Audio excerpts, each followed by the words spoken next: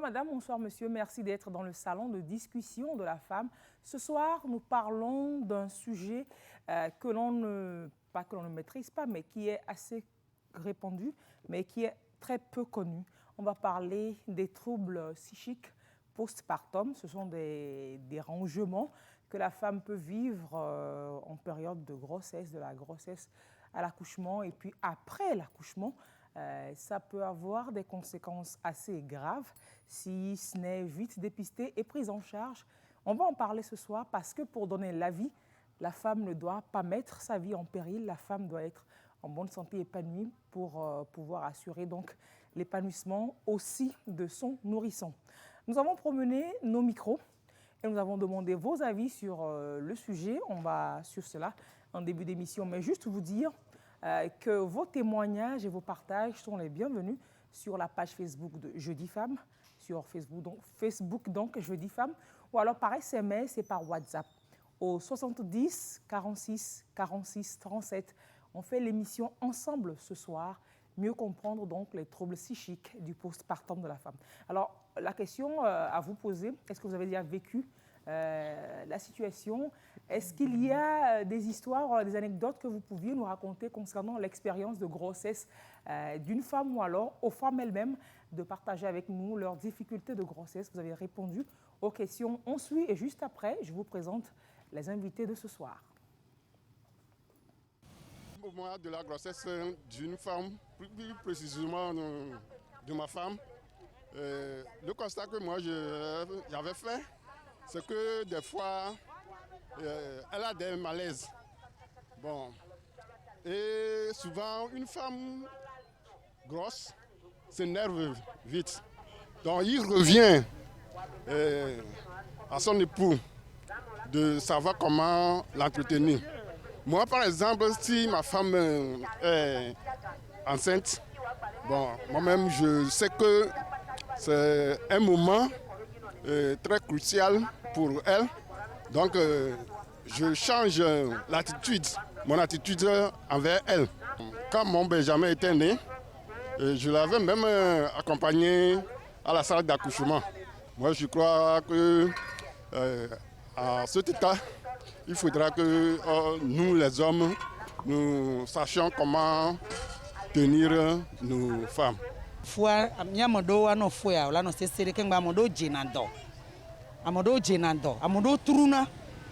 Non, le truc à 1 mois, 2 mois, 3 mois, je suis même à 4 mois. 9 fois 2 mois, non, mais non, 3 mois, non, mais non, 4 mois, non, mais non, Kaka la soy. Elle va 8 mois, elle n'a pas fatigué dans la vie. Elle est fatiguée dans la vie. Kaka n'a de 9 mois, là, non, bon, et doit, mais là, non, faire de non, c'est beaucoup, mais elle est mais là, non, faire de non, mais là, on est que non, qu'un non, j'y voir. Et so le que aide non chi odo ena na be wa me chi o ma fatigue o ola no nwede na o le poji o nwede le ndudu gome achike gome a ola no nwede wona bi ke amembe le nchi o le ojivia funu na achike msu ka fla na modo okuna cha egome na ne achike mbe su o nwedo o le do a funu ola tenku fa alo ola je do la chi te pe ka no mba le poji o ka ola tenku ne so gbe de funu mi pono ko mi aji nwede nyano du nu mi ano do po ba no ko mi aji nwede gome fufofo. Des fois qu'elle est enceinte, il n'y a pas de problème majeur. Souvent, c'est la nausée, la fatigue. Bon, des fois, elle est souvent énervée. Parce que, bon, là, je la comprends. Parce qu'une femme enceinte, des fois, quelque chose pour rire, si tu ne fais pas attention à lui, elle va prendre ça comme si quelque chose qui était dangereux. Puis elle va énerver vite. Et puis, bon, pour la nausée, des fois, quand on mange, au moment où elle fait la nausée, tout ça, là, bon, tu n'as même pas envie de manger avec l'animal, mais il faut que nous comprenions que c'est moi qui l'ai rendu comme ça. Oui, il faut que je comprenne que c'est moi qui l'ai rendu comme ça. Ben, si tous les hommes pouvaient accepter leur femme chérie, leur femme si elle tombe enceinte. Alors on va présenter les invités de ce soir qui vont réagir peut-être sur les réactions que vous nous avez envoyées. On va dire bonsoir à Madame Adjoa Rose Salah. Merci d'être avec nous. Merci, Madame Elise. Vous êtes sage-femme d'État, Oui. échographiste et responsable d'une structure sanitaire. Oui. Merci donc de venir partager votre expérience avec nous. Alors, ce dont on parle, ces troubles-là, vous en rencontrez, vous, dans l'exercice de votre profession, assez régulièrement? Bien sûr. La grossesse, bon, quoi qu'on dise, c'est un phénomène naturel qui arrive dans la vie de la femme. Mais ce phénomène qu'est la grossesse est géré par des hormones. Les hormones sont des substances que l'organisme même produit et que l'organisme l'utilise au niveau de certains organes à un moment donné de l'évolution de la vie de l'évolution de la grossesse. Donc, ces nouveaux éléments qui apparaissent font l'objet parfois de changements de comportement de la femme. C'est ça. Ouais. Bon, est-ce que ce sont ces genres de changements de comportement, est-ce qu'on parle? Ou alors est-ce que ce sont des mots particuliers? Docteur Jean-Claude Wenkourama, merci d'être avec nous sur ce plateau. Vous êtes psychiatre. C'est vous qui prenez en charge, en fait, ces genres de maladies, de pathologies. C'est des maladies, hein? Ou bien c'est des états? Comme vous aimez souvent faire la différence entre les choses. Merci, Lys. On va faire la part des choses. Et comme elle l'a dit, la grossesse, comme on dit, c'est physiologique, c'est naturel. Mais au cours de l'évolution de la grossesse, il y a des manifestations que nous appelons les manifestations psychiques de la grossesse et les manifestations psychiques du postpartum. Le postpartum, l'adjectif là, ça désigne quoi? Oui, je vais sans oublier le post-abortum. D'accord. Les manifestations psychiques de la grossesse, c'est durant la grossesse. C'est ce que le micro-trottoir a essayé de recenser comme les manifestations. Il y a des signes mineurs, tout ça là. En ce temps, les signes mineurs ne sont pas une pathologie, comme la nervosité, la nausée, les bizarreries alimentaires. La femme qui ne mangeait pas, je ne sais pas, la terre, au cours de la grossesse, va commencer par manger la terre. Ce n'est pas encore une maladie. Ça fait partie. Mais après l'accouchement, tout rentre dans l'ordre. Mais il peut arriver que durant la grossesse elle-même, qu'il y ait des maladies qui surviennent. Mais elles sont rares par rapport après l'accouchement. Donc ces maladies, c'est souvent la dépression. Et, des maladies de la tête, des maladies, pas des maladies du corps ou bien? C'est aussi de... Souvent, quand vous dites maladie de la tête, je n'aime pas trop souvent accepter ça. On dirait que c'est dans la tête que ça se passe. Comme si la tête n'était pas dans le corps. Le psychisme, c'est un organisme comme le corps, mais qu'on ne voit pas, qui a interaction avec notre corps. C'est-à-dire que le psychisme, c'est comme, il y a la tête, tout quoi. C'est aussi un organisme à part. C'est un organisme invisible. Invisible, qu'on ne voit pas. Qui est en corrélation directe et imbriqué avec l'organisme physique que l'on voit. Tout à fait. C'est ça. Donc, c'est pas quand...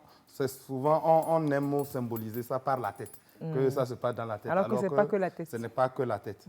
Maintenant, ce qu'on appelle le postpartum, c'est la période qui suit l'accouchement. Le postpartum, donc la période qui suit l'accouchement. Maintenant, dans la période qui suit l'accouchement, enceinte, il y a ce qu'on appelle les suites de couches. Les suites de couches, c'est la période après accouchement jusqu'à 42 semaines. 42 semaines, ça va faire combien de mois? Je ne sais pas, 10 mois? 1 an? Non, quand je dis 42 jours. 42 jours. 42 jours. Donc, ce n'est pas semaine, semaine c'est trop. 42 jours. Et qu'on appelle disons un mois et demi. 1 mois et demi.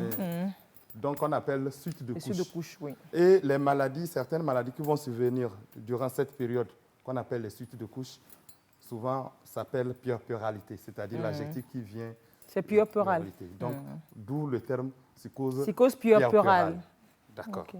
Maintenant, le post-abortum, que souvent les gens n'en parlent pas, qui est souvent douloureux, c'est les mêmes choses, la période qui suit, soit un avortement. L'avortement peut être spontané, l'avortement peut être provoqué, l'avortement peut être médical.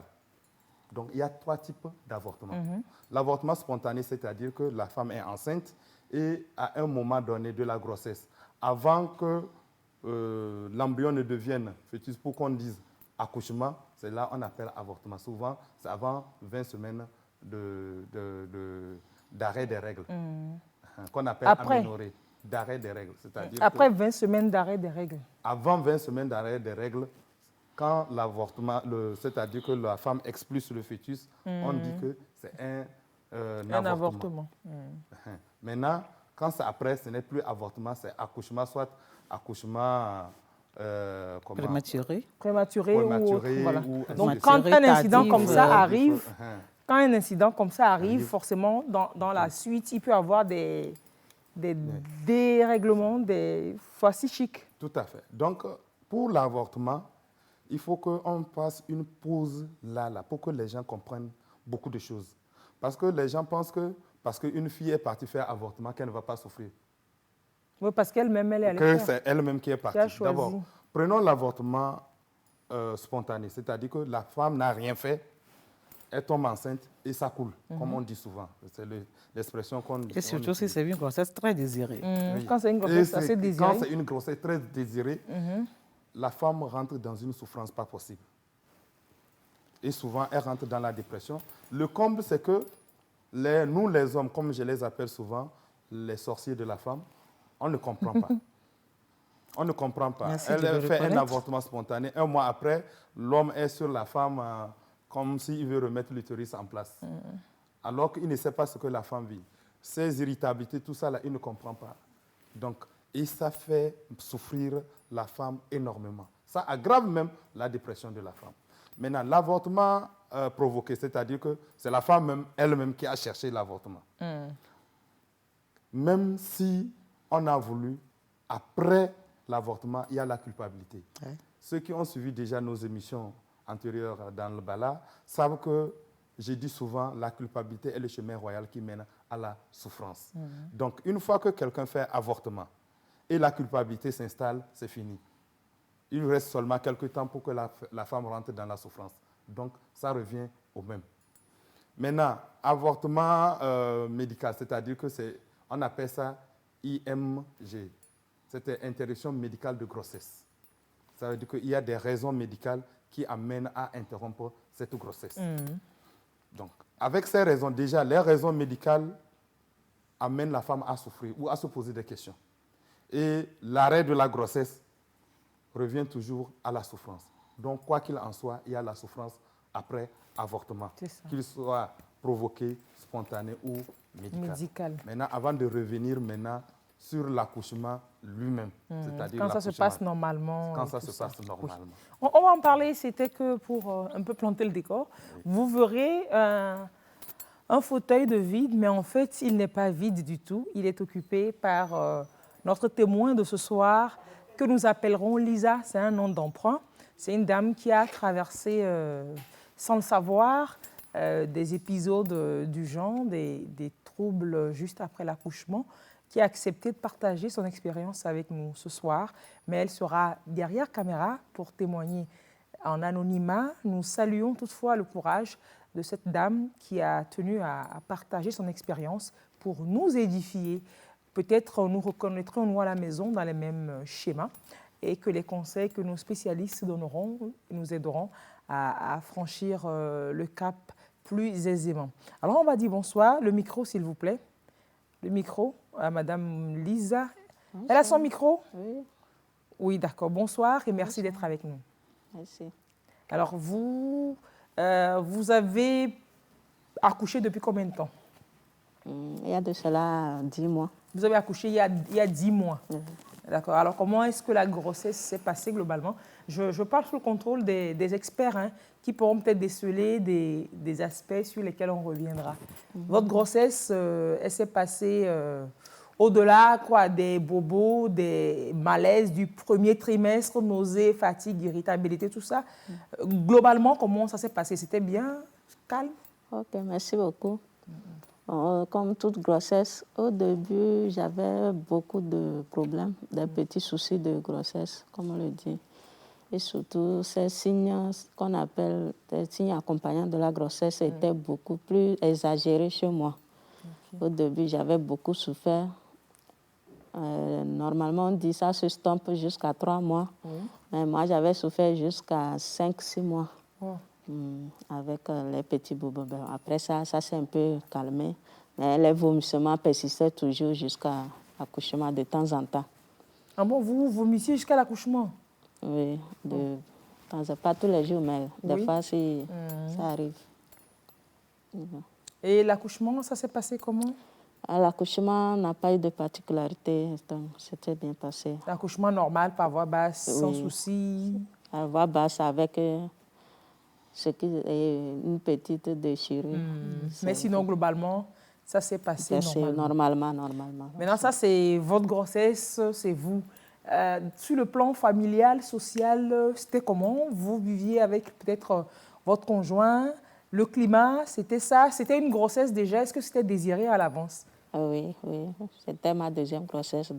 C'était votre deuxième grossesse. Oui. Donc, il n'y avait pas de problème non plus au niveau de... Non, il n'y avait pas de problème. Et l'accompagnement du mari, du papa, de l'auteur de la grossesse? Oui. Il était là comme... S'il est là, il fait de son mieux. Comme on le dit, les hommes ne sont jamais sur place. Il faut les chercher des fois. Sinon, non, c'est pour dans l'ensemble, ils étaient là. Oui? Ils étaient là. Okay. C'est pour savoir s'il y a eu peut-être des tensions outre mesure, la période de traversée de la... Il n'y avait pas eu de problème. Il n'y a rien eu comme ça. Donc, a priori, pas de problème. Alors, quand est-ce que vous avez commencé à vous sentir autrement, à vous sentir un peu différente? Après l'accouchement. Après l'accouchement, oui. Bon, les premiers jours, je n'avais pas de problème. Comme l'ambiance était joviale, il n'y avait pas de problème. Bon, les petits soucis ont commencé de 3 jours, 4 jours comme ça après l'accouchement. Bon. Soucis de quel genre? Bon, moi, je me sentais seule, particulièrement. Parce que le moment où j'avais besoin de quelqu'un, il n'y avait pas personne. Quand j'avais besoin de partager un souci, il n'y avait pas personne. Donc, je me réservais. Quand j'ai un problème, quand j'ai un mal, je n'avais pas personne avec qui le partager. C'est bien que je me réservais. Vous encaissiez tout seul? J'ai oui. Et des fois, quand mon mari vient me demander s'il y a un problème, puisque quand il voit ma mine, il sait que je ne suis pas enthousiaste, alors que je viens d'accoucher. Normalement, je devais être joyeuse, tout ça. Mais il voit que la mine n'est pas qu'elle doit être, ce qu'elle doit être. Il me demande ce qui ne va pas, mais je ne le répondais pas parce que je lui demandais le moment où j'avais besoin de lui, il n'était pas là. Donc, c'était comme ça. Au moment où vous voulez parler, puisqu'il n'était pas là, maintenant qu'il est dispo, il vient, vous refusez de lui parler. Et ça vous faisait encore plus mal. Plus mal. Donc, je ne savais pas que c'était quelque chose qui allait agir sur moi. Donc, j'étais comme ça. Alors, comment ça se manifestait, en fait? Comme je l'ai dit, c'était la solitude. Quand je suis là, je suis dans la chambre, je ne parle à personne. Je suis là dans la chambre avec l'enfant, peut-être, et je ne cause avec personne. Même si on me parle, je ne réponds pas. J'étais comme ça jusqu'au rendez-vous chez la sage-femme. Alors, quand vous voyiez l'enfant en ce moment, à quoi est-ce que vous pensiez? Quand je vois l'enfant, il n'y avait pas de sentiment de colère envers lui quand même. Je l'accueillais bien. C'est pas comme si c'est toi qui m'as... je sais pas, non? Non. Et le papa, bon, lui, c'est qu'il n'était pas là quand vous voulez lui parler, il n'était pas là, c'est ce qui faisait la colère. Mais dites-moi, puisque c'était votre deuxième geste, au premier geste, est-ce que c'était pareil? Déjà, les désagréments, les souffrances début de grossesse, oui, c'était pareil aussi? C'était pareil. Donc, c'est peut-être votre physiologie qui était comme ça. C'était pareil, les débuts de grossesse, c'était comme pareil. Est-ce que vous vous rappelez peut-être, après le premier accouchement, avoir vécu ça aussi comme ça ou bien non? Au premier accouchement, je n'ai pas vécu cela. Au premier accouchement, vous n'avez pas vécu cela? Ce n'est pas parce qu'au premier accouchement, j'étais entourée de personnes, surtout ma maman qui était avec moi. Donc, je me sentais plus chérie, plus aimée, plus protégée. Donc, j'étais bien au premier accouchement. Non, c'est peut-être parce qu'au deuxième geste, on a pensé que vous étiez doyenne et il n'y avait plus beaucoup de monde, c'est ça? Et vous avez je me suis sentie seule. Ce manque-là, vous vous êtes sentie assez seule. Alors, vous vous fâchiez souvent? Est-ce que vous étiez irritable à la moindre chose? Beaucoup, beaucoup. Vous vous fâchiez beaucoup? Beaucoup. Je me fâchais. Aux moindres choses, je me fâchais beaucoup. Moi-même, des fois, je ne me comprenais pas. Bon, je me demande qu'est-ce qui est le problème pour que je sois si énervée comme ça. Donc, je ne savais pas que c'était un problème qui me gênait, qui allait comme ça. Alors, quand est-ce que vous saurez que c'est un problème? Bon, quand je suis allée au contrôle, comme je le dis. Le contrôle après combien de jours? 8e jour. 8e jour, oui. Je suis allée au 8e jour. Donc là, après l'examen, la sage-femme m'a causé comme toujours. Et elle a remarqué que l'ambiance n'était pas celle qu'elle doit être. Donc, et surtout, elle m'avait pris aussi la tension qui était aussi élevée. Alors qu'après accouchement, avant même, pendant la grossesse, avant que je ne rentre après accouchement, il n'y avait pas cette tension-là. Mais au postpartum, quand je suis revenue, on m'a vu qu'il y avait une tension un peu élevée. Donc c'est là-bas, elle a commencé à me poser des questions. Et on a commencé à discuter. Alors je rappelle à ceux qui viennent de nous prendre au vol que nous suivons le témoignage masqué donc, de celle que nous appelons ce soir Lisa, qui a traversé ce dont on parle ce soir, les troubles psychiques postpartum, et qui veut bien partager son expérience avec nous. Donc la sage-femme a remarqué que ce n'est pas la même personne qu'elle avait eue, parce que c'était elle qui vous avait suivi depuis les consultations prénatales. Justement. Et quelle question, qu'est-ce qu'elle vous a posé comme question? Quand elle a vu les chiffres, la tension, elle me demande est-ce qu'il y a un problème. D'abord, j'ai dit non. Elle dit je me sens bien. Elle me dit non, que la manière dont elle me voit, c'est pas ça. J'ai dit non, j'ai toujours dit non, jusqu'à elle a insisté. À force d'insister, elle a fait sortir ceux qui étaient avec nous, pour ne rester qu'avec moi seule. Et après qu'elle m'a convaincue, elle me demandait quel était le problème. Donc, je l'ai seulement dit, c'est des petits problèmes de la maison. Je ne suis pas allée dans les détails. Elle a essayé de me donner des conseils. Elle m'a parlé de ne pas prendre tout cela en compte, puisque je risque avec ça de faire une dépression qui ne va pas m'arranger, et moi, qui ne va pas aussi arranger l'enfant. Le bébé aussi. Donc, on a causé le premier. Après, elle m'a encore donné une semaine. Je suis encore venue et on a encore causé. Elle ne faisait que me donner des conseils comme maman et enfant, sa fille, quoi. C'est ça. Oui, c'est peut-être quelque chose qui vous manquait aussi, qui vous a manqué dans le processus, que vous avez peut-être retrouvé. On a la chance d'avoir donc la sage-femme qui vous a suivi, c'est justement Maman Salah. Merci d'être là. Et donc, vous arrivez comme ça à reconnaître rapidement et précocement des troubles comme ça, parce que vous maîtrisez chacune de vos patientes. Bon, merci. Bon, ici c'est la chance d'être souvent avec ta cliente. Et comme c'est le privé, chaque patient a sa particularité et que quand elle vient, tu sais comment, tu sais ce qu'elle aime, ce qu'elle n'aime pas, comment tu vas la recevoir pour qu'elle se sente vraiment à l'aise. Et je vais rebondir directement par rapport à ce qu'elle vient de dire. Le danger dans tout cela, c'est que ces choses-là arrivaient, mais elle-même ne savait pas qu'elle avait tout ça. Elle citait quelques éléments seulement. Pour elle, c'est des petits bobos de la maison. Oui, parce que je la connais.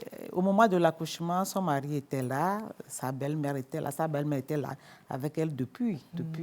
Même avant qu'elle ne tombe enceinte, elle va, elle revient. Donc, c'est sa maman. Parfois, elle prépare pour elle. Elle m'a dit, bon, dans nos causeries. Mais le jour-là, elle était là. Donc, elle ne peut pas dire qu'elle n'est pas entourée. Peut-être qu'elle ne s'en rend pas compte de la présence des autres. Qu'il y a un souci, qu'il y a un bloc, voilà, il y a quelque chose peut-être qui la bloque, qui l'éloigne peut-être de son entourage. Voilà, c'est ce que je voulais dire directement par rapport à ça. Mais je vais évoluer par rapport à ce que la femme peut sentir tout au long de sa grossesse jusqu'à arriver à l'accouchement. Et au début de la grossesse, la grossesse quand même est émaillée par la production des hormones, comme je l'avais dit, et ces hormones qui assument l'évolution de la grossesse jusqu'à son terme. Et au début, comme on le dit, les signes sympathiques de la grossesse, puisque la grossesse, quand elle vient, elle veut se déclarer elle-même, elle veut que papa sache que je suis venue, maman et l'entourage sache qu'il y a une grossesse. Et c'est ça qui est sympathique là. Voilà, tous ces bobos là, c'est sympathique. C'est sympathique parce que c'est ça ce sont les signes qui attestent qu'il y a la grossesse. Oui. Donc, la grossesse au début vient avec la production d'une hormone qui assume tout au début que nous appelons l'hormone gonadotropine. C'est elle qui assume l'implantation de la grossesse jusqu'à ce que le placenta ne vienne prendre la relève. Et après la production de cette hormone, il y a d'autres hormones dont les principales sont l'œstrogène, progestérone. Bon, est-ce qu'il y a besoin de citer tout cela? Mais c'est les deux hormones-là qui assurent maintenant l'évolution de la grossesse jusqu'à son terme. Et il va falloir que l'accouchement se passe. Donc, il y a une autre hormone qui intervient, qu'on appelle ocytocine, qui va déclencher le travail, assumer l'accouchement, c'est-à-dire la sortie du bébé, du placenta, de tout ce qui entoure. Et cette hormone, sa production va continuer jusqu'à ce que l'utérus qui était gros va devenir petit, jusqu'à prendre sa forme avant grossesse. Ensuite, il y a une autre hormone qu'on appelle la prolatine qui va déclencher la production de lait qui devait nourrir l'enfant. Donc, la production de ces hormones... Vraiment, j'imagine. Hein. Voilà. D'autres qui sont à un taux élevé, parfois ça diminue. Ces gymnastiques des hormones, d'autres organismes n'arrivent pas à suivre ces modifications. Donc, ça agit, ça influence leur humeur, leur appétit, tout ça, là, ça agit sur la femme. Donc, quand la femme a accouché, comme le psychologue vient de le dire, cette période aussi constitue une autre période où il y a un nouveau-né qui est là et comment ça va évoluer. L'enfant qui est tant désiré à un moment donné et ça vient maintenant, on est angoissé. Mais chez elle, par exemple, ce n'est pas son premier geste, c'est le deuxième geste. Et après l'accouchement, tout s'est bien passé, comme elle a dit. Mais quand elle était rentrée, elle avait eu quand même de déchirures qui a été réparée. Mais quand elle était revenue, elle sentait atrocement de douleur au niveau de la déchirure. Bon, à l'examen, on a vu que tout allait bien. La tension qui a monté, mais tout au long de la grossesse, on n'avait pas eu ce problème. Jusqu'à ce qu'elle ne rentre après l'accouchement, il n'y avait pas eu ce problème. C'est là où j'ai commencé par soupçonner quelque chose, à l'interroger. Et dans l'ensemble, pour dire franchement, on ne peut pas mettre ce problème de changement d'humeur ou bien de tempérament à son entourage immédiat. Parce que le mari a fait ce qu'il faut. Oui, le mari faisait ce qu'il fallait. La belle-mère aussi, elle est là. Je me suis posé la question, il n'y a pas d'autres antécédents parce que ce que j'ai recueilli à travers les questionnaires, les informations que j'ai reçues ne suffisaient pas quand même pour qu'on définisse cet état qu'elle développait. Donc, est-ce qu'il n'y a pas des choses ultérieures? Bon, Dieu aidant, avec les conseils, les échanges, tout est rentré dans l'ordre. Elle n'a pas développé de phase plus compliquée, de psychose, de dépression, parce qu'elle a été rapidement prise en charge. Alors, docteur, est-ce qu'on peut poser des fois des dépistages de facteurs de risque qui peuvent prédisposer une femme à vivre ça, ou alors tout le monde, toute femme est encline à pouvoir faire ça? Oui, effectivement, il y a des facteurs de risque. Je vais essayer de les ranger un peu pour qu'on puisse comprendre. Ce qu'on appelle facteur de risque, d'abord, c'est une situation, un événement. Lorsque sa présence est là, augmente la fréquence ou la probabilité de la survenue d'une maladie ou d'une pathologie. Chez une femme, qu'elle soit enceinte ou en période après accouchement qu'on appelle le postpartum, il y a des facteurs. On va commencer par exemple les facteurs qu'on appelle les antécédents. Les antécédents personnels et les antécédents familiaux. Est-ce que chez cette femme, est-ce qu'elle a déjà vécu des problèmes de santé mentale? Est-ce que dans sa famille, il y a des gens qui ont des problèmes de santé mentale? Maintenant, ça c'est les antécédents. On va voir cette femme qui est enceinte ou qui a accouché. Quel âge elle a? Est-ce qu'elle a un âge inférieur à 18 ans ou elle a un âge supérieur à 35 ans? Ça constitue un facteur. Parce que quand une femme accouche avec un âge inférieur à 18 ans, ça augmente le risque. Quand elle accouche après le premier accouchement, le premier geste à un âge très après avancé. 35 ans aussi, ça constitue un facteur.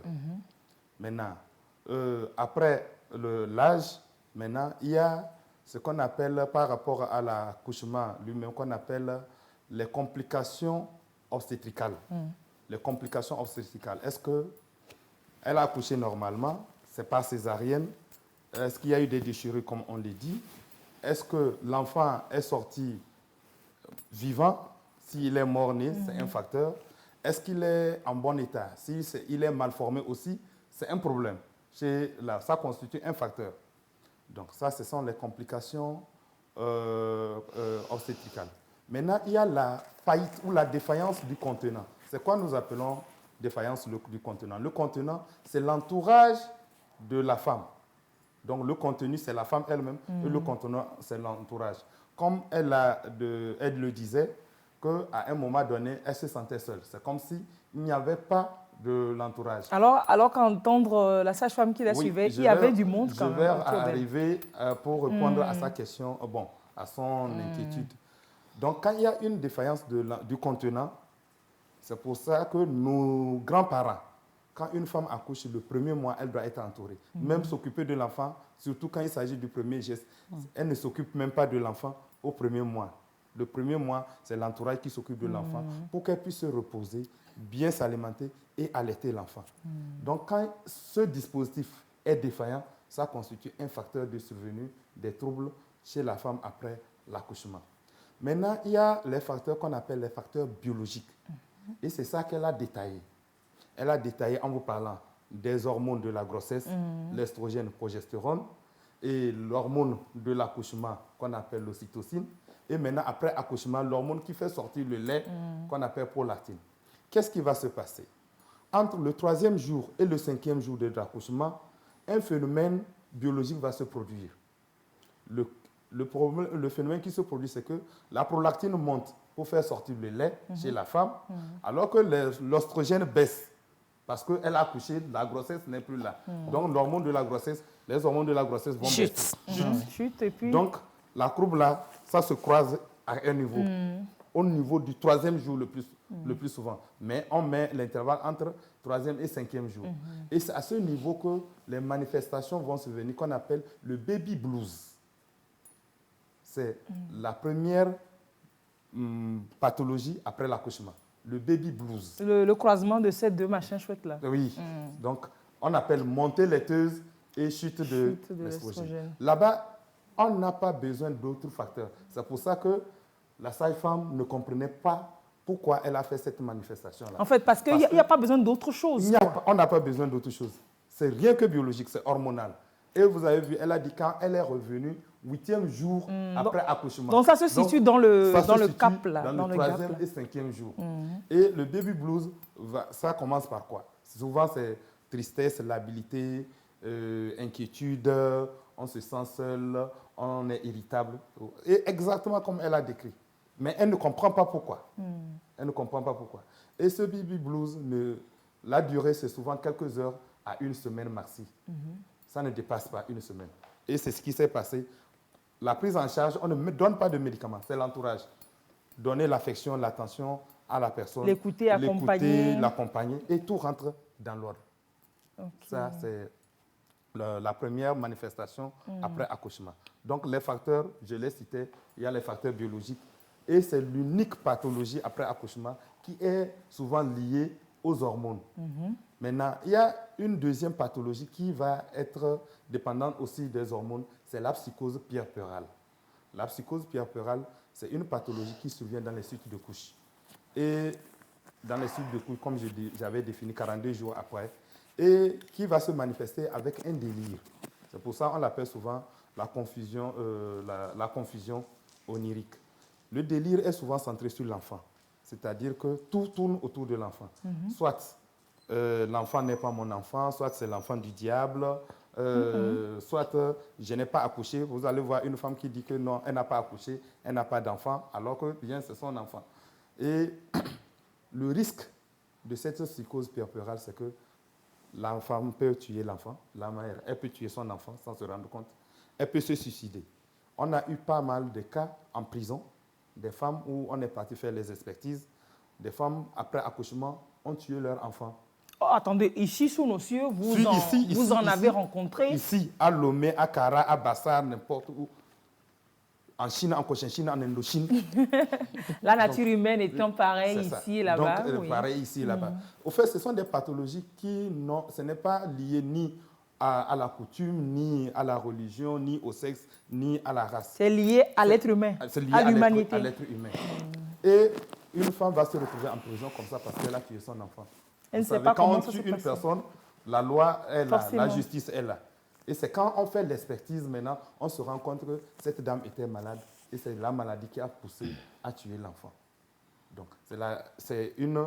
Alors, qu'est-ce qui peut pousser, qu'est-ce qui peut amener certaines femmes à aller jusqu'à ces extrêmes? On ne sait pas, on peut savoir ou comment? Oui, mais c'est la maladie. Comme j'ai dit, par exemple, elle dit que c'est l'enfant du diable, par exemple. Donc, ça dit que la maladie vient d'où? Comme ça tombe comme ça et puis...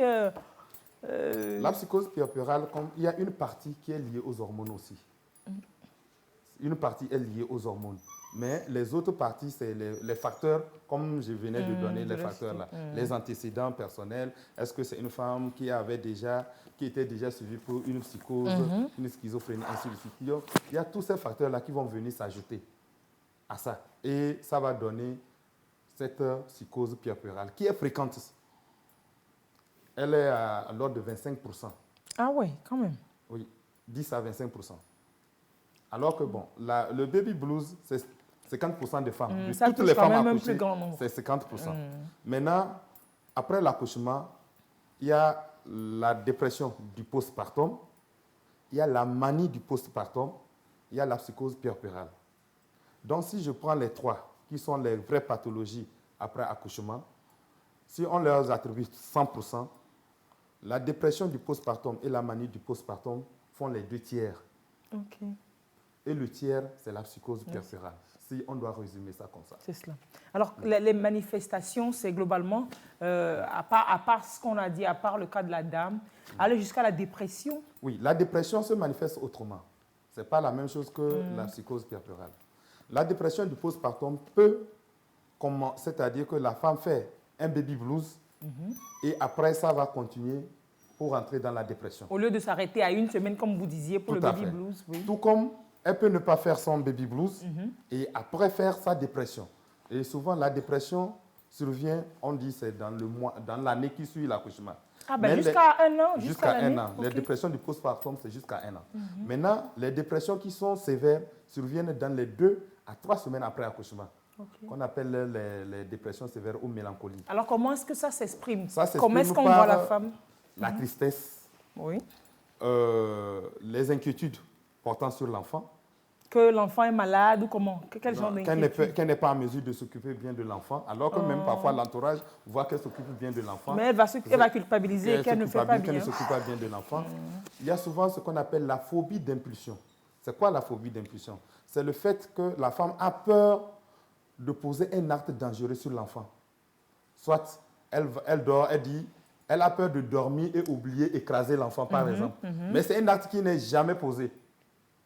Non, mais est-ce qu'il n'y a pas des cas comme ça? On dit, la dame, elle s'est couchée, elle a écrasé l'enfant. Je pense qu'on entend souvent ça, et me l'ont dit, allô, madame la sage-femme. Mais ce que j'ai dit... Ou bien c'est dans la conscience collective seulement. Ça n'arrive pas souvent? Ce que j'ai dit, la phobie d'impulsion, c'est que c'est une crainte que la personne vit, mais ne pose pas l'acte.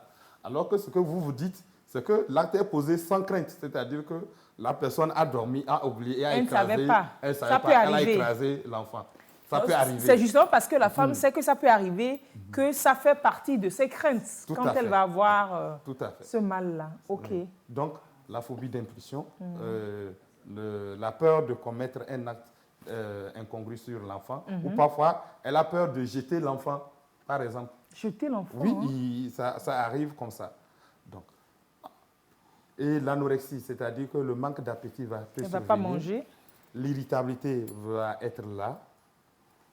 L'isolement social ou le retrait social, comme elle disait. Au fait, ce sont les mêmes manifestations comme le baby blues, sauf que c'est un peu multiplié. C'est plus intense. Et ça dure dans le temps. Plus ça intense. dépasse 2 semaines. Alors que le baby blues, c'est maximum 1 semaine. Donc, c'est cela. Maintenant, pour la psychose puerpérale, ça peut découler d'un baby blues atypique. Ce qu'on appelle atypique, c'est quoi? Un baby blues, au lieu que ça se limite aux inquiétudes, tout ça là, il peut avoir par exemple des bizarreries du comportement déjà dedans.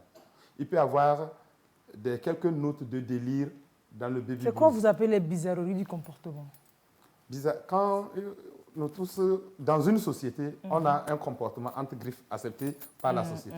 Donc tout comportement qui sort du cadre d'acceptation de la société, c'est ça qu'on appelle bizarrerie. Maintenant, dans ces du cas, comportement. qu'est-ce qui peut arriver? Qu'est-ce que vous avez déjà vu? Qu'est-ce qui peut arriver dans ces cas-là? Par exemple, une femme, par exemple, elle sort nue, par exemple. Hein? Oui, c'est bizarrerie du comportement, par exemple. Sortir nue, elle se déshabille comme ça, elle sort. Wow. Ou alors peut-être quand la femme se néglige des fois, est-ce que c'est, ou alors c'est des fois le manque de temps? Ça peut être, se négliger, ça peut être une manifestation de la dépression. C'est-à-dire que la dépression se manifeste par la baisse de l'énergie. L'énergie qui nous donne, qui fait qu'on travaille. Quand il y a baisse de l'énergie, donc toutes les activités sont au ralenti. Même le fait de se prendre en charge, c'est ralenti, l'hygiène, c'est ralenti, tout est ralenti. Mais on peut avoir aussi un manque d'hygiène dans la psychose puerpérale aussi. Mais là-bas, vous allez voir qu'il y aura une note de bizarrerie dedans. Toujours, il y aura un une truc note déplacé quelque qu'on chose, va constater. Au lieu que ce soit seulement manque d'hygiène au niveau global, il y aura quelque chose de bizarre. Par exemple, il va y avoir des tri alimentaires, par exemple. La personne va trier, ou bien la personne va avoir une alimentation qui a changé alors qu'elle n'est pas enceinte. Elle a déjà accouché. Donc ça fait partie de ce qu'on appelle les bizarreries. Alors, dans quel cas est-ce qu'on peut classer, par exemple, j'ai une femme qui accouche et qui jette son enfant? Est-ce que c'est dans ces cas de troubles ou bien ce n'est pas forcément des troubles? Des gens qui accouchent et qui jettent l'enfant, voilà. Oui, une des manifestations du postpartum, c'est l'infanticide. C'est-à-dire qu'on peut retrouver l'infanticide seul sans qu'il y ait une maladie chez la femme. Okay. Bon, ce que je mets dans l'infanticide, ça peut être la mort de l'enfant ou un abandon d'enfant, parce que si on ne récupère pas l'enfant tôt, l'enfant allait mourir. Souvent, c'est souvent lié à beaucoup de choses, comme par exemple grossesse non désirée, ce qui n'a rien à voir avec l'état santé mentale de la femme. Elle peut être bien portante et par principe, elle se dit qu'elle ne va pas avorter, elle garde la grossesse et quand elle accouche, elle jette l'enfant. Pour elle, elle n'a pas commis de péché, au moins elle a donné vie et elle jette l'enfant. Elle pense que c'est plus léger d'accoucher et de disposer de l'enfant que de... Donc, une des causes. L'autre cause, c'est parfois le manque de moyens financiers. Donc, la personne n'a rien pour pouvoir s'occuper de l'enfant, elle va jeter l'enfant. Il y a quand une femme aussi ne connaît pas le père de l'enfant aussi, ça peut constituer un facteur pour pouvoir abandonner un enfant. Et on va classer tout ça aussi dans les troubles là? Pas forcément. Pas forcément. C'est-à-dire que ça peut survenir alors que la femme est bien portante. Elle n'a pas de trouble. Okay. Ça peut survenir alors que la femme est bien portante. Tout comme ça peut survenir chez une femme qui est en souffrance. Ok, super. Donc voilà un peu le schéma global. Alors quelqu'un qui nous dit depuis le Gabon, je vis la même situation à chaque accouchement. J'ai eu mon 3e bébé il y a 3 mois et donc je vis encore la même chose. Et on peut avoir des femmes, vous rencontrez des femmes, madame a été un cas que vous avez géré, heureusement que ça s'est arrêté peut-être au baby blues parce qu'elle a vite trouvé une oreille attentive.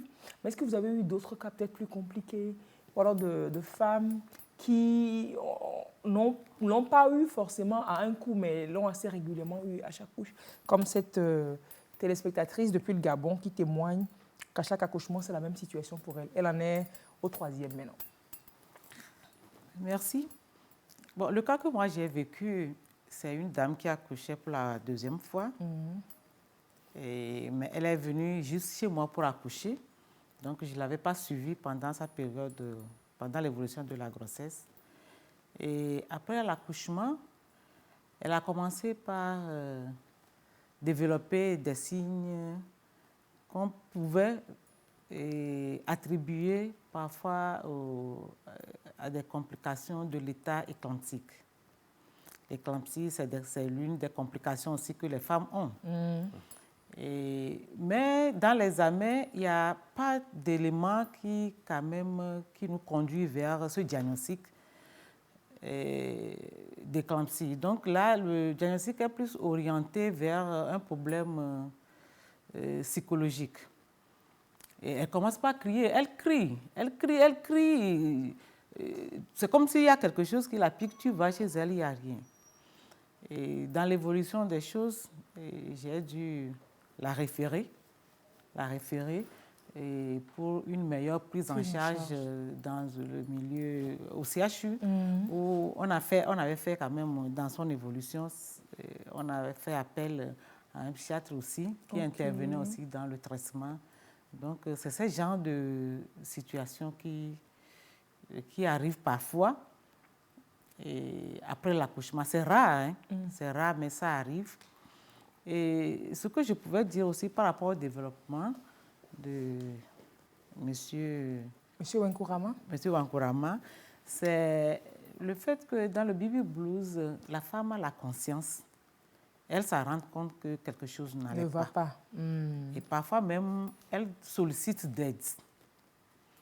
Puisque madame a dit qu'elle-même, elle se surprenait. Voilà. Donc, elle connaît son état normal. Voilà. Donc, quand ça a changé, elle-même, elle s'est rendue compte que, attention, ça a changé. Et par contre, dans la psychose puerpérale, il y a l'inconscience. Comme il vient de le dire, qu'il y a des bizarreries. C'est-à-dire que la femme fait des choses qu'elle ne maîtrise pas. Elle-même ne s'en rend pas compte qu'elle fait ces choses. Et ce qui est parfois un peu la complication, c'est que quand les signes commencent, les signes ne commencent pas au début avec cet état aussi élevé. Il y a d'abord la fatigue que nous risquons souvent et que nous confondons souvent avec l'état normal d'une femme qui vient d'accoucher. Oui. Elle a suivi une épreuve, il y a de donc quoi qu'elle soit fatiguée. Donc on se dit qu'elle est fatiguée, oui, voilà. On se dit c'est tout normal. Et lorsqu'elle commence par dire des choses qui ne tiennent plus la route, on se rend compte qu'on est dans une situation hors du commun. Jean, c'est que téléspectatrice qui dit, elle se dit, donc j'ai un problème. Je m'énerve, je me fâche à la moindre chose, je pleure même des fois, je me sens seule. Mon mari fait de son mieux, mais je m'énerve pour tout et pour rien. Voilà. Ça peut commencer comme ça, mais on peut l'étouffer dans l'œuf. Si on arrive à faire le diagnostic et faire appel à tout ce dont on a besoin pour son rétablissement. Maintenant, il faut qu'on sache, elle, est-ce qu'elle est enceinte ou alors est-ce qu'elle a accouché. C'est aussi important de savoir dans quelle étape la personne se situe. Voilà. Est-ce que c'est juste la grossesse? Parce que la grossesse, forcément... Je pense que ça va de pair avec l'irritabilité.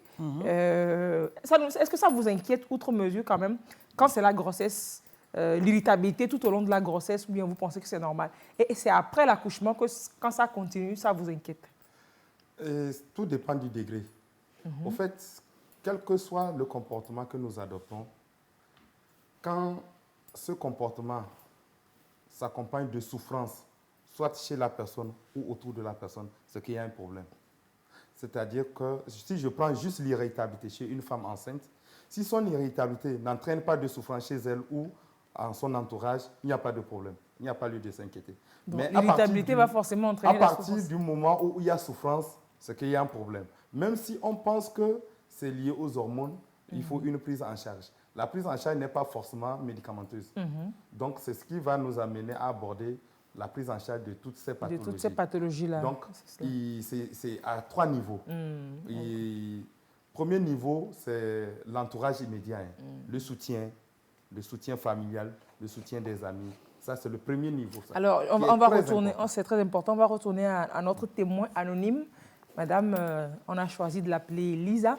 Alors, quand vous êtes allé voir à la consultation que madame vous a fait comprendre qu'il y a un problème, est-ce que vous avez eu peur ou alors vous vous êtes senti rassuré que, et enfin, on met un mot,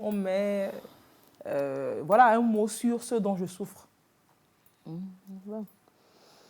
Quand j'ai su que vraiment il y avait un problème, j'ai un peu eu peur, mais quand madame a commencé à me parler, je me suis sentie un peu rassurée. Je me suis sentie un peu rassurée. Je me suis dit, bon, ça va aller. S'il y a quelqu'un, une bouche, une oreille pour m'écouter, c'est que ça va aller. Vous en avez parlé à votre mari? Après ça, oui. Après ça, je me dis peut-être, est-ce qu'après la première consultation, quand madame vous a dit ça, vous avez compris, est-ce que rentrer à la maison le jour-là, vous lui avez dit... Voilà, pas le jour-là en même temps. Pas le jour-là? Pas le jour-là en même temps. Pourquoi? Mais après, est-ce qu'il y avait une raison particulière pour ne pas lui en parler? Non, il n'y avait pas de raison. Vous lui avez dit ça quand? Bon, je crois que c'était dans la semaine. Qu'est-ce que vous lui avez dit, en fait, concrètement?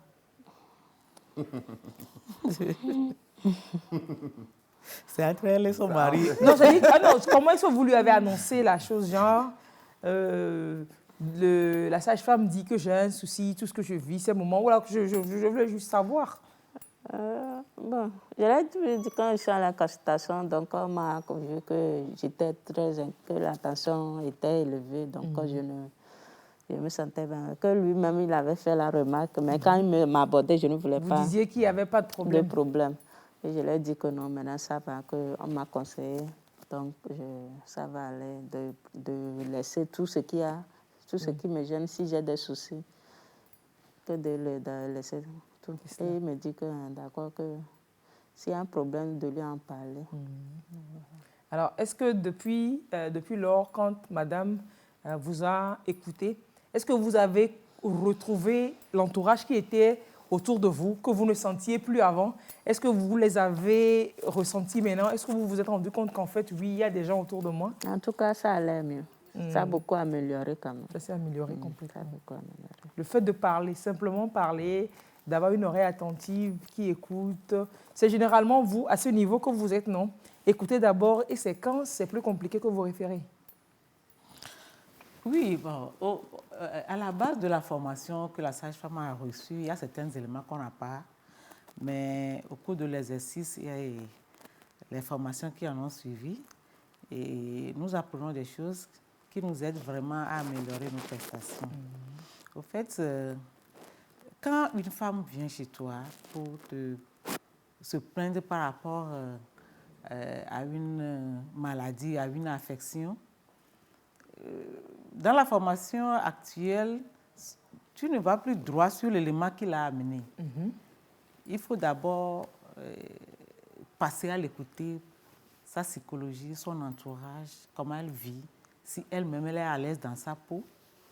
Et avant de... C'est comme on nous dit, l'examen maintenant commence par la tête pour terminer aux orteils.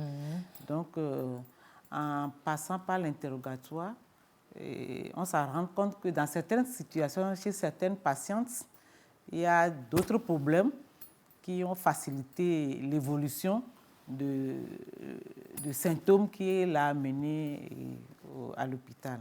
Et donc, on saisit l'occasion pour essayer de coter sa situation à travers les questionnaires pour voir le degré d'inquiétude, le degré de sa souffrance mentale, puisque on nous dit de ne pas dire au niveau de la tête. De la tête, non. et à travers le résultat, le score qu'on a obtenu, et ça nous permet d'agir sur le plan psychologique et qui favorise maintenant, qui est un élément catalyseur pour faciliter le traitement et la guérison de la maladie. Donc, ce qui veut dire que la femme ne peut pas venir à l'hôpital et commencer par te parler de son sentiment. Donc, c'est toi qui vas susciter ça en elle à travers les questions que tu vas lui poser. C'est cela. Alors, est-ce que le personnel de santé est globalement quand même assez renseigné sur ce sujet-là, de savoir que si une femme enceinte ou alors une femme qui vient d'accoucher, si elle vient, si elle se plaint de ci et de ça, il faut l'orienter vers ci ou vers ça. Est-ce que tous vous êtes quand même informés? Oui, bon, c'est ça que je disais, que parfois à l'école, vous n'avez pas ces formations, mais dans l'évolution de la prestation, il y a des formations post-universitaires que l'on reçoit. Et c'est l'une de ces formations qui m'ont permis à moi de prendre en charge autrement les clientes qui viennent à moi. Donc, de ne pas sauter sur ce qu'elle a amené, mais il faut passer aussi par la tête, qu'est-ce qui ne va pas. Non, pas le mental, on a dit. Oui, parce que parfois, la patiente, elle vient, vous prenez des constances et vous constatez que peut-être qu'elle est venue plusieurs fois pour la même cause et que vous pensiez faire du mieux, mais il n'y a pas satisfaction.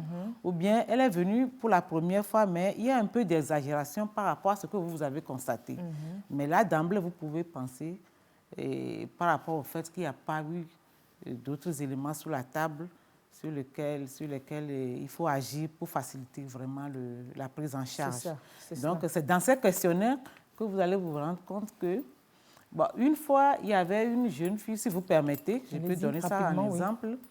Bon, elle est dans ses débuts de fonction. C'est une cuisinière. Elle est tombée enceinte. Mais le gars, à l'interrogatoire, j'ai constaté que la maman n'a pas aimé le gars, c'est-à-dire l'auteur de la grossesse. Donc, ce qui fait que si la fille était avec sa maman, mais quand le gars venait dans la maison, la maman n'est pas contente. Et après le départ, la maman fait des petites histoires et qui fait qu'elle est mal à l'aise et qu'elle développe souvent ces petits symptômes qui l'amènent à l'hôpital. Donc, elle est venue une fois, deux fois, c'est à la troisième fois que j'ai essayé de lui poser la question. Donc, elle vient pour des maladies dans le corps. Oui. Alors qu'en fait, c'est pas ça. Deuxième trimestre de la grossesse, vers 5 mois, 6 mois comme ça. Et c'est là où elle m'a expliqué les choses, que son papa ne pose pas de problème. Elle est la seule fille pour sa maman. Donc, sa maman n'est pas contente par rapport au monsieur qui est son mari, son futur mari, l'auteur de la grossesse. Donc, à chaque fois, sa maman fait des histoires. Donc, c'est ce qui... Alors que le monsieur fait de son mieux. Donc, ça qui fait que la fille n'est pas souvent en elle, elle développe ces petits symptômes qui l'amènent souvent. Je ne serais pas partie là.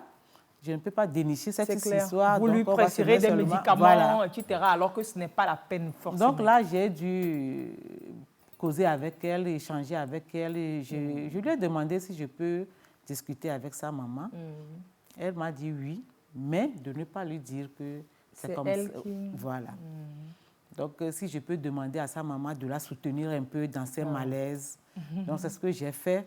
Et que ça a vraiment arrangé les choses. C'est cela. Donc, c'est un peu ce que... C'est l'entourage dont vous parlez, forcément. Tout à fait. Voilà, donc, ça illustre super bien le rôle de l'entourage. Tout à fait. Donc, je disais que c'est à 3 niveaux, la prise en charge de toutes ces manifestations psychiques de la grossesse et du postpartum.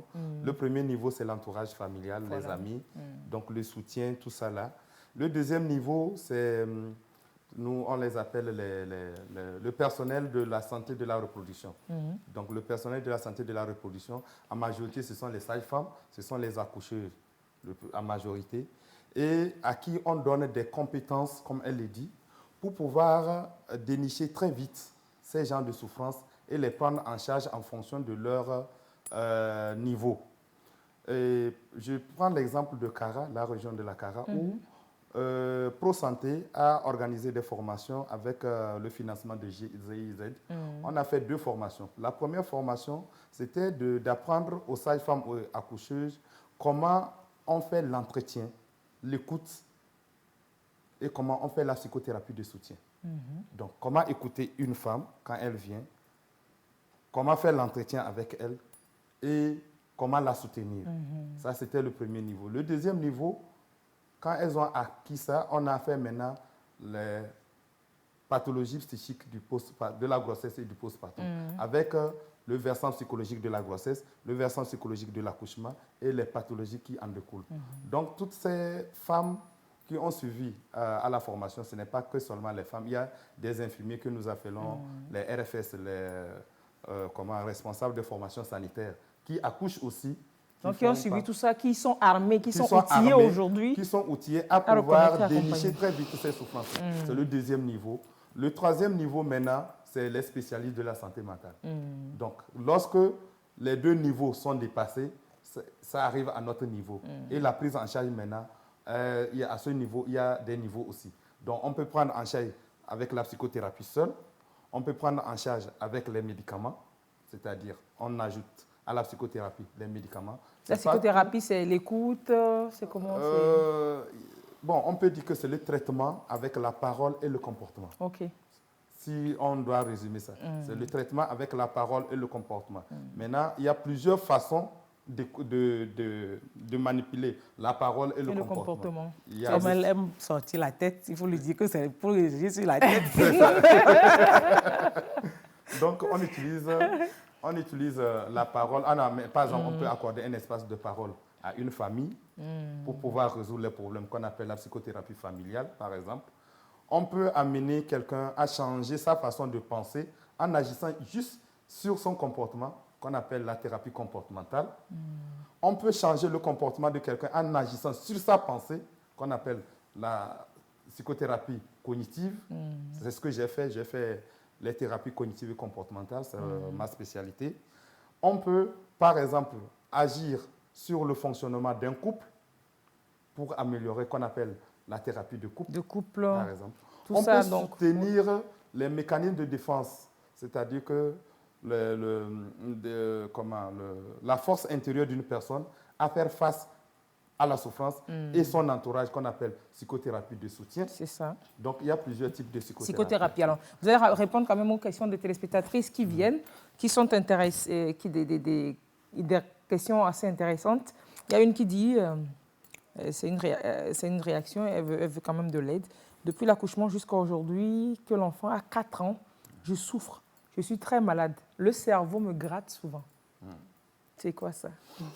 Rapidement, si vous pouvez briefer parce qu'il y a tellement de questions. Non, oui, elle souffre. Donc, il faut que... Le cerveau gratte?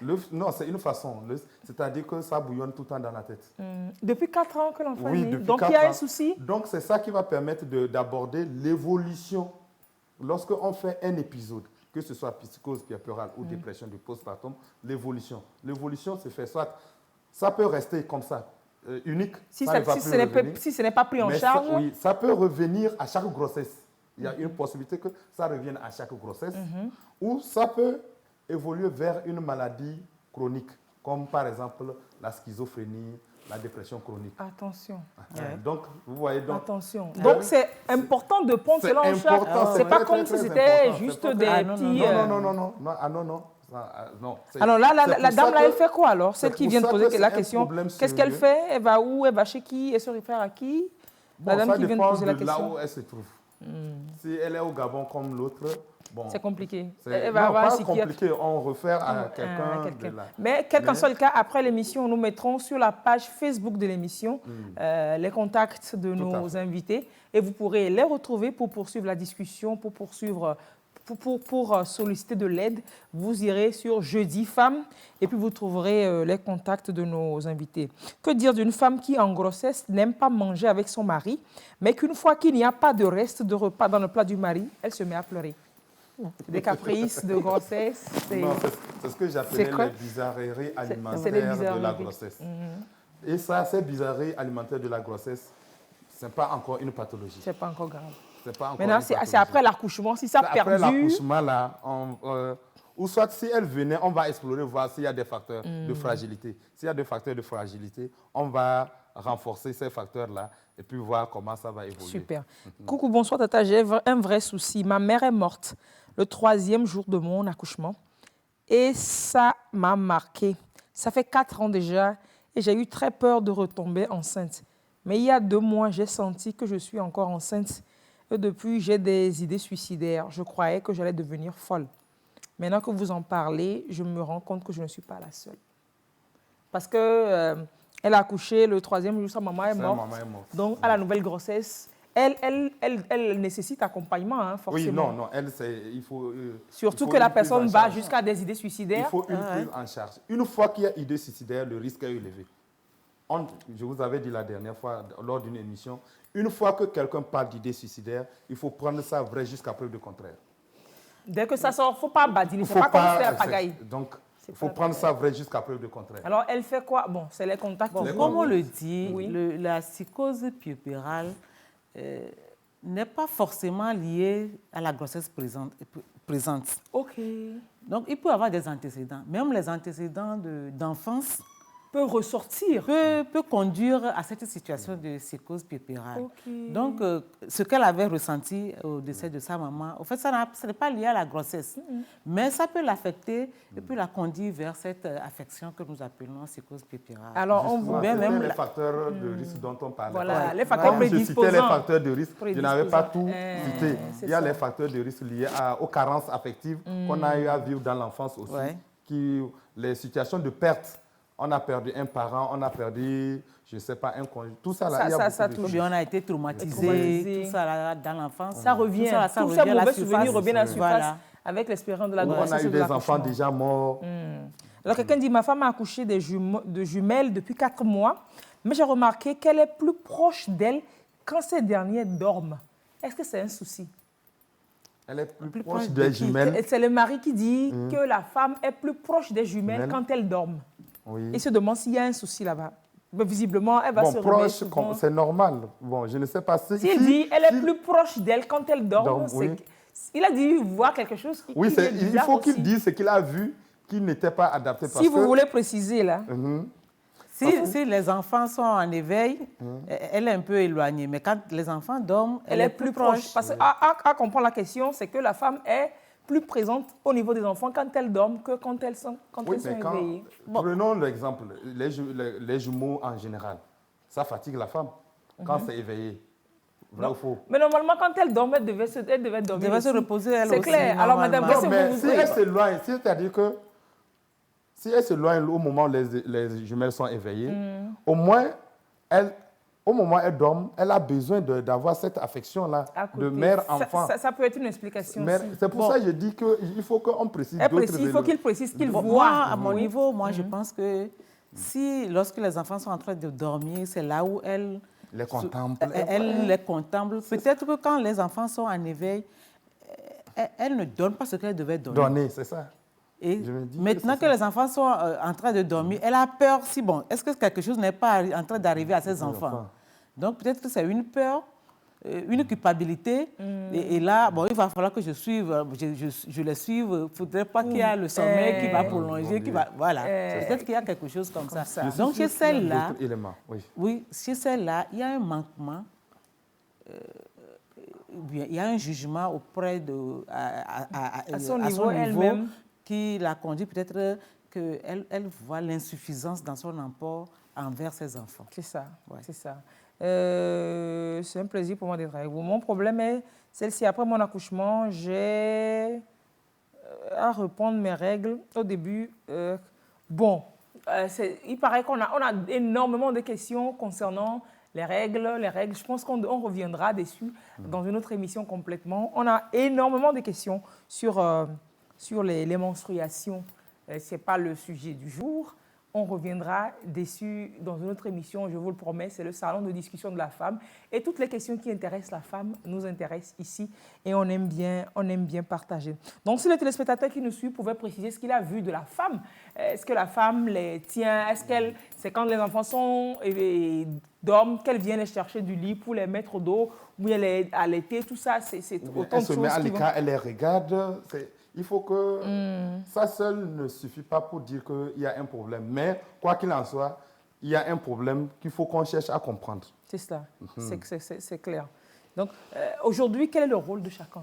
D'abord, pour se donner plus de chances de ne pas tomber dans ce cercle. Il y en a qu'on ne peut pas éviter, hein, le baby blues par exemple, ça ne dépend pas de nous. Ça ne dépend Mais pour pas ce de qui nous. dépend de nous, pour se donner plus de chances de tomber dedans, et quel peut être le rôle de chacun, aussi bien de la femme que du conjoint, alors de l'entourage. On va commencer par madame peut-être. C'est des conseils qu'on donne pour finir. On finit dans 5 minutes, dans 4 minutes. Ok. Oui, en tant que sage-femme, il va falloir qu'on voit autrement les choses, qu'on donne la confiance à nos parturientes pour qu'elles aient le courage de nous dire ce qu'elles ont sur le cœur, en dehors même de la grossesse qui les amène à nous. Et ça facilite aussi l'atmosphère qui devient familiale et qui peut favoriser aussi le contact même en dehors du temps de la grossesse et de l'accouchement. Elle peut toutefois nous approcher. Et comme on le dit, il y a certaines de ces situations aussi qui sont déclenchées aussi par aussi le comportement que les femmes rencontrent lorsqu'elles rentrent dans certains centres d'accueil. Et d'abord, la femme qui est en travail, qui a peur de tout, elle arrive, des petits gestes ou bien des petits cris, des mauvais accueils aussi, qui ne la rassurent pas. Peuvent les mettre aussi, ou bien peuvent être des éléments qui sont à l'état latent et qu'il y a petites choses qui s'ajoutent là-dessus, ça peut devenir autre chose. Donc, bon, en tant que sage-femme, je vais dire que nous allons améliorer nos accueils. Et en tant que maman, on va conseiller nos filles et dans leur rôle de femme et pour qu'elles ne soient pas surprises par certaines choses qui vont leur donner d'autres imaginations à les conduire vers des situations de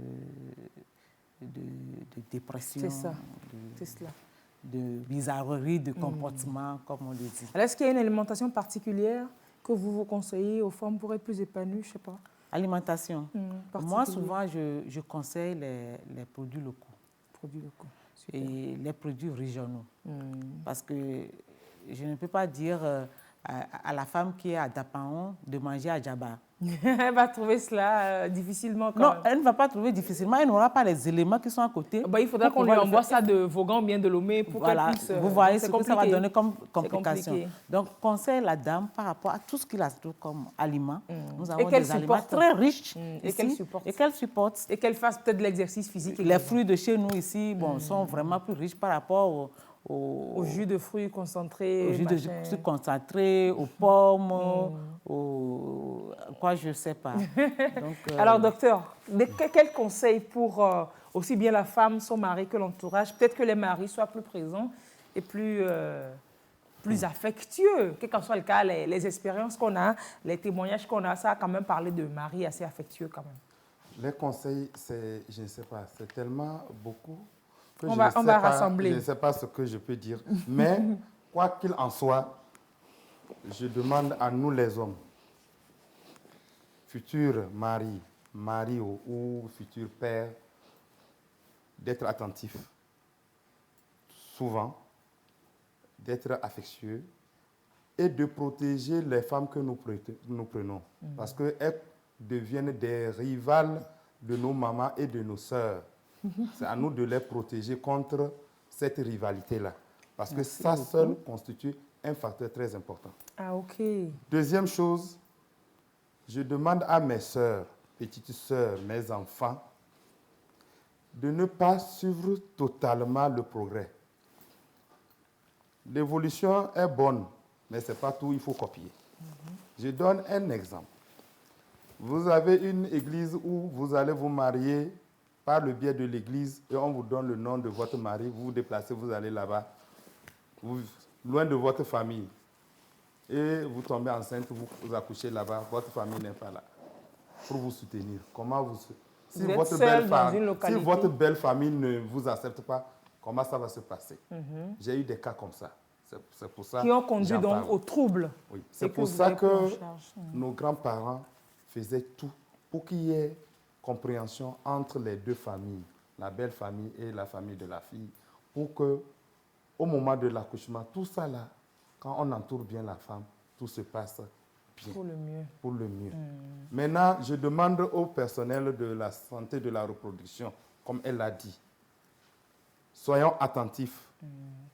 apprenons à écouter les femmes quand elles viennent en consultation prénatale. Les premières consultations prénatales, elles ne vous diront rien, mais ne veut pas dire qu'il n'y a rien. Continuez par poser des questions. Peut-être à la 5e consultation prénatale, elles pourront vous dire. Et n'oubliez pas de rechercher les cas de maltraitance au sein du couple. Ça, c'est un facteur très, très, très important. Tout au long des consultations prénatales, recherchez les cas de maltraitance au sein du couple. Parce que c'est un autre facteur. Un autre facteur qui prédispose à ces genres de troubles-là, qui peuvent conduire des fois au décès de la maman ou même au décès de l'enfant, ou alors à traîner des maladies sur le long terme qui entravent l'épanouissement de la nouvelle vie qui est donnée sur Terre. Maintenant, le dernier conseil aux femmes elles-mêmes. Pardon, je sais qu'on dit que Togo, il n'y a pas d'argent. Au fait, il y a argent, c'est parce que vous orientez votre argent ailleurs. Pardon, quand vous tombez enceinte, là, faites vos consultations prénatales normalement. Déplacez vos priorités, prenez l'argent, allez-y consulter. Maintenant, il y a une loi qui va sortir. Les grossesses et accouchements, là, ça serait gratuit. C'est les prises en charge gratuites. Donc, c'est expérimenté dans certaines zones. Pour qu'on puisse dépister rapidement ces souffrances-là et les prendre en charge. C'est cela. Voilà. Merci beaucoup. Merci énormément d'avoir partagé avec nous. Oui, rapidement. Oui. Bon, je vais ajouter un élément capital, c'est le repos. Le repos. Oui, il va falloir que la femme, comme il vient de le dire, il ne faut pas chercher de l'argent de gauche à droite et oublier le repos. Il faut vraiment se reposer pendant la grossesse et surtout après accouchement. Il faut se reposer. Ça facilite la convalescence, la reprise. Et la montée laiteuse. Et la montée laiteuse également. Ouais. Super. Ce n'est pour rien que quand la femme accouche, c'est les autres qui s'occupent de l'enfant dans les premiers jours qui suivent l'accouchement. Merci. Autant de conseils donnés, on ne peut que vous dire merci. Merci énormément, Madame Adjoa Rose Salah, sage-femme d'État, échographiste. Et vous avez votre cabinet à Adakpamé. C'est cabinet et clinique obstétricale La Vie. La Vie. Ben, merci de donner la vie et de donner autant de conseils pour la vie. Docteur Wenkourama, merci d'être venu de Kara pour l'émission, pour nous édifier. C'est un grand plaisir de vous avoir toujours. Et puis, non, vous n'allez plus parler, c'est fini. Je sais qu'on a des comptes à se rendre. Madame, notre témoin, merci énormément d'être passée. Madame Lisa, vous étiez avec votre bébé. Merci d'avoir partagé tout ça. Maintenant, on espère que tout va bien, non? Oui, ça va super. Et bon, dans quelques années, le 3e, et puis ce sera bien, top, ou bien. Allez, merci d'avoir suivi Jeudi Femmes de ce jour. Le salon de discussion de la femme vous retrouve jeudi prochain à 21h en direct sur la télévision togolaise. Rediffusion de l'émission mardi en matinée aux alentours de 9h30. Vous resuivrez l'émission et nous laisserons le contact de nos personnes ressources sur la page Facebook Jeudi Femmes. Ou alors vous nous contactez au 70 46 46 37. Au revoir et très belle soirée à vous. Au revoir. Au revoir.